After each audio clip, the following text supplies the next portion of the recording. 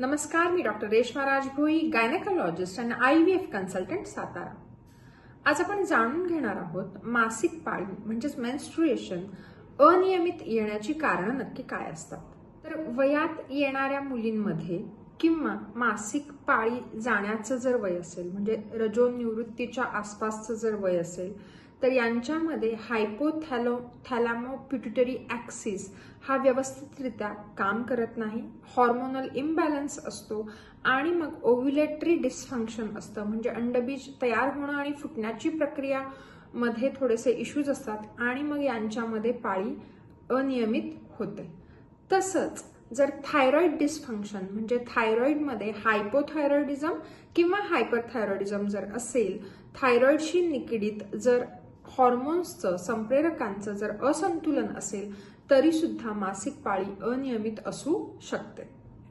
Prolactin नावाचं जर hormone शरीरामध्ये वाढलं असेल की ज्याला आपण हायपर प्रोलॅक्टिनिमिया असं म्हणतो, जर थायरॉइडची समस्या असेल तर अशा महिलांमध्ये थायरॉइड असेल तर जवळजवळ 20% महिलांमध्ये हायपर प्रोलॅक्टिनिमिया असू शकतो। त्याच्यामुळे थायरॉइडच्या टेस्टिंग सोबतच प्रोलॅक्टिनची टेस्ट करणंही गरजेचं असतं आणि अशा पेशंट्समध्ये सुद्धा अनियमित पाळी असू शकते।